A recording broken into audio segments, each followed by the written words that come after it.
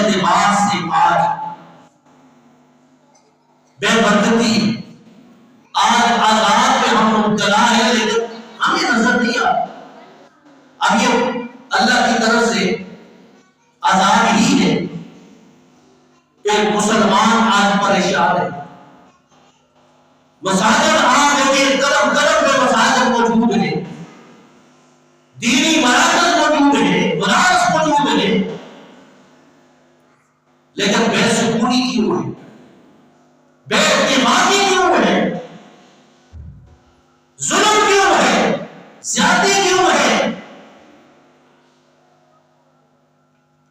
حضرت سہل بن سعد رضی اللہ عنہ صحابی رسول گزرے،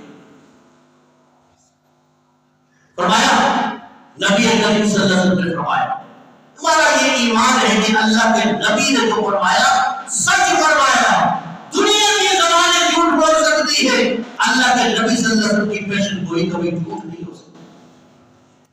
فرمایا سیکون فی آخر الزمان، میرا صحابہ عن قریب ایسا زمانہ میری امت پہ آنے والا ہے کہ خسفن وقذفن ومسخن، زمین میں دسانے والا عذاب اور مسخ کرنے والا عذاب، پتھروں کی بارشوں والا عذاب اس امت پہ آنے والا ہے۔ اب سارے پریشان تو ہوں گے، صحابہ کرام دیکھو کہنے لگے، فرمانے لگے اللہ کے نبی وَمَتَىٰ ذَٰلِکَ یا رسول اللہ، یہ کب ہوگا اے اللہ کے نبی صلی اللہ تعالی علیہ وسلم؟ سنیں تو اللہ کے نبی صلی اللہ علیہ وسلم نے فرمایا اذا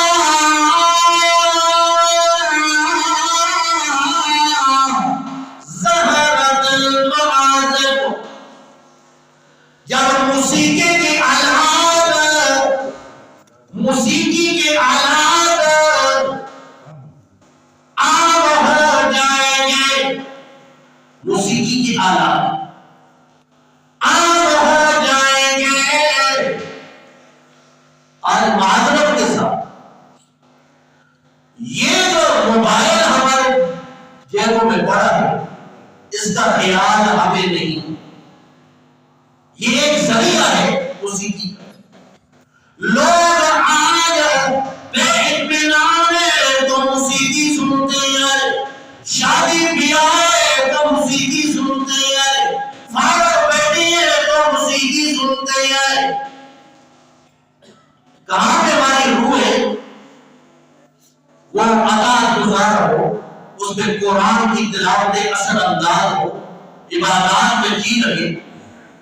ہم پریشان ہوتے ہیں تو اللہ کا رجوع کرنا چاہیے، ہم موسیقی سنتے ہیں، موسیقی میں تو درود کی غذا ہے۔ لوگ جیسی تمہاری روح ہے ایسی ان کی غذائیں بھی، اچھی روح کی اچھی غذا ہوتی ہے، بری روح کی بری غذا ہو۔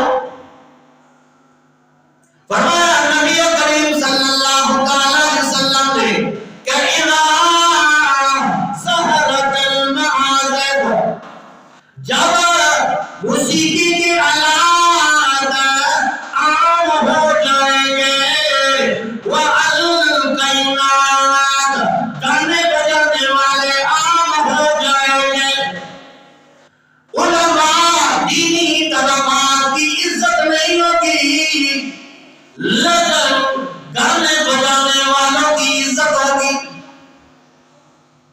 آج کوئی قرآن سنائے تو اسے پیسے دے تو جہاز ہی نہ دے، اور گانے بجانے والے ہوں تو ساری رات ان پر پیسے بھیجتے رہے۔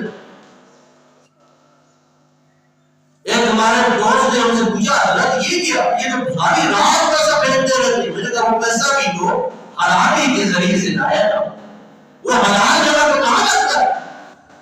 حلال پیسہ ہوتا تو اللہ کے گھر میں لگتا، مساجد میں لگتا، مدارس میں لگتا، غریبوں میں لگتا، مساکین میں لگتا، مجبور لوگوں پہ لگتا تھا، وہ پیسہ تو دھوکے فریب سود کا مال ہے، وہ پیسہ پھر ویسے نوجوانوں پہ لگی۔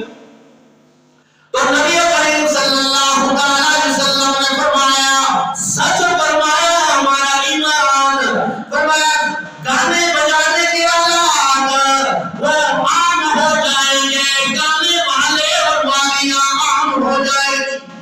فرمایا وَسُقُ حِلَّةِ الْخَمْرِ، اور شراب بھی عام ہو جائے گی، لوگ شراب کو حلال کرا دیں گے۔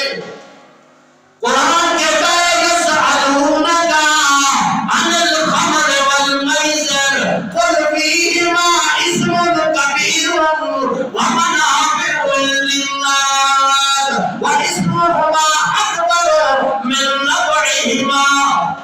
اس شراب کے اندر، جوا کے اندر یہ فائدہ کم ہے، نقصان زیادہ ہے۔ یہ تو شیطان کی عمل ہے، اور اسے مختلف نام دیے جائے، ڈرنک ہے جی، انجوائمنٹ ہے جی، اور سن کے اسمبلی کے اندر آج آپ دیکھیں ایک اقلیت نے اس نے ایک بل پیش کیا کہ شراب پہ پابندی رکھنی چاہیے جناب، اور وہاں کے جو مسلمان لوگ ہیں وہ جنہوں نے کہا جی جناب اگر ہم اس پہ پابندی لگاتے ہیں تو ایک طبقہ ناراض ہو جائے، ایک طبقہ ناراض ہو جائے، اس لیے اس کی درخواست مسترد کر دی گئی۔ کس معاشرے میں ہو رہے کہ قرآن واضح انداز میں اسے حرام قرار دیتا ہے، ہماری اسمبلیوں میں اس پر درخواست دی جاتی ہے کہ حلال ہے یا حرام ہے؟